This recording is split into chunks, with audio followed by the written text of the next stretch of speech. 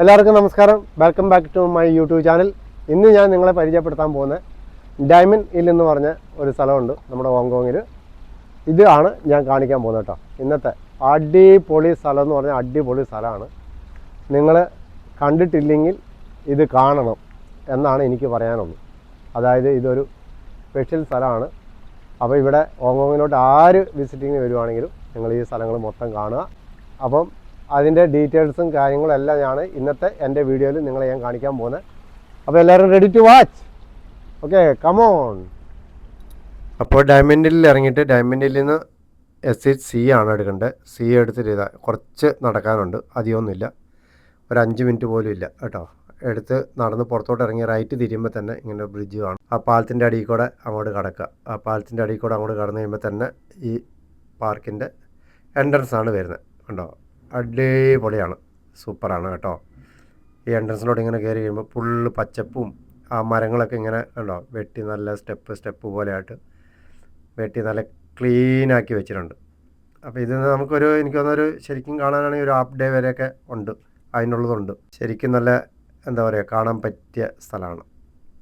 പിന്നെ എനിക്കിത് കണ്ടപ്പോൾ എനിക്ക് ഏറ്റവും ഇഷ്ടപ്പെട്ടതെന്ന് വെച്ചാൽ ഇവിടെ ഏത് പാർക്കിൽ പോയി കഴിഞ്ഞാലും എത്ര ക്ലീൻ ആൻഡ് നീറ്റാണെന്ന് നോക്കിയാൽ എന്തോരം ആൾക്കാർ വരുന്നതാണ്. എന്തോരം ആൾക്കാർ ഡെയിലി വിസിറ്റിങ്ങിനും കാണാനും ഒക്കെ വന്നിട്ട്. ഇപ്പം ഞങ്ങളൊരു ഈവനിങ് ടൈമിൽ പോയതുകൊണ്ടാണ് വലിയ തിരക്കൊന്നും കാണാതെ. അല്ലാത്ത സാധാരണക്കാർക്ക് എല്ലാവർക്കും ഹോങ്കോങ്ങിൽ ജീവിക്കുന്നവർക്കറിയാം ഇവിടെ എങ്ങനെയാണ് എല്ലാ പാർക്കിലും, അതും ഞായറാഴ്ചയും ശനിയാഴ്ചയൊക്കെ എന്താ തിരക്കെന്നുള്ളത് എല്ലാവർക്കും ഇവിടെ അറിയാം. പ്രത്യേകിച്ച് ഞാൻ പറയേണ്ട കാര്യമില്ല. ഇത്രയും തിരക്കുള്ള പാർക്കിൽ പോലും എത്ര നീറ്റായിട്ടാണ് വെച്ചിരിക്കുന്നത് നോക്കിയാൽ. നമ്മുടെ നാടിനെ വെച്ച് കമ്പയർ ചെയ്ത് കഴിഞ്ഞാൽ എന്തായിരിക്കും നമ്മുടെ നാട്ടിൽ ഇങ്ങനൊരു പാർക്കാണെങ്കിലുള്ള അവസ്ഥ?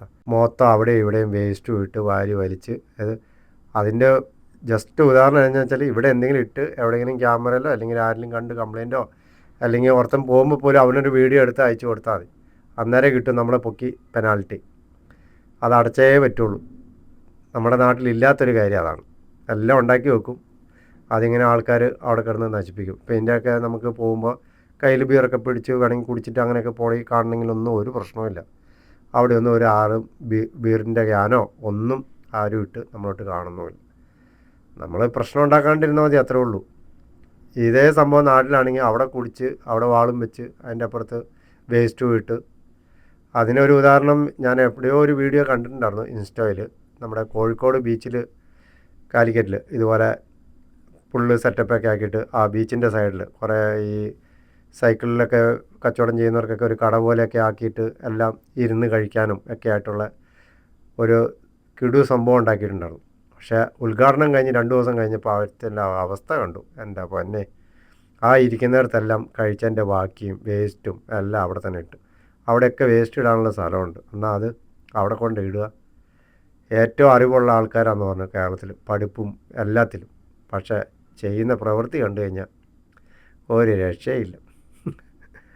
ആരും നന്നാക്കും ഇതൊക്കെ? നമ്മൾ തന്നെ ചിന്തിക്കണ്ടേ, നമ്മൾ തന്നെയല്ലേ നന്നാകണ്ടേ?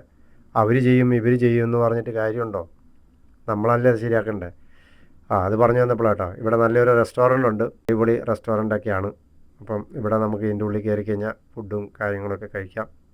ഇങ്ങനെയൊക്കെ പലരും പല വീഡിയോകളും നമ്മുടെ എത്രയോ എന്താ പറയുക യൂട്യൂബിലും എല്ലാ കാര്യത്തിലും ഈ വിദേശത്ത് പോയിട്ടും അല്ലെങ്കിൽ വിദേശത്ത് ജോലി ചെയ്യുന്നവരും ഒക്കെ കിട്ടുന്ന സമയത്ത് ഇങ്ങനെ കുഞ്ഞു വീഡിയോകളൊക്കെ എടുത്തിടുന്നുണ്ട്. അപ്പോൾ അതൊക്കെ കാണുമ്പോഴേലും നമുക്ക് അറിഞ്ഞുകൂടെ ഇങ്ങനെയാണ് നീറ്റ് ആൻഡ് ക്ലീനായിട്ട് സൂക്ഷിക്കേണ്ടത്. ഞാനാണ് ഇതിന് ശ്രമിക്കേണ്ടത്. ഞാനും കൂടെ ഉണ്ടെങ്കിലേ പറ്റുള്ളൂ. അല്ലാണ്ട് അവൻ ചെയ്യട്ടെ ഇവൻ ചെയ്യട്ടെ എന്ന് പറഞ്ഞുകൊണ്ടിരുന്നു കഴിഞ്ഞാൽ അവൾ ചെയ്യട്ടെ എന്ന് പറഞ്ഞുകൊണ്ടിരുന്നിട്ട് കാര്യമുണ്ടോ? ഇല്ലല്ലോ.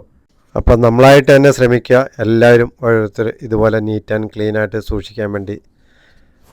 നമ്മുടെ കേരളവും അടിപൊളിയായിട്ട് ഇതുപോലെ നല്ല പാർക്കുകളും നല്ല വികസനമൊക്കെ വരട്ടെ. നമ്മളെല്ലാവരും അതിനെ സപ്പോർട്ട് ചെയ്യുക, നമ്മൾ ക്ലീനായിട്ട് സൂക്ഷിക്കുക.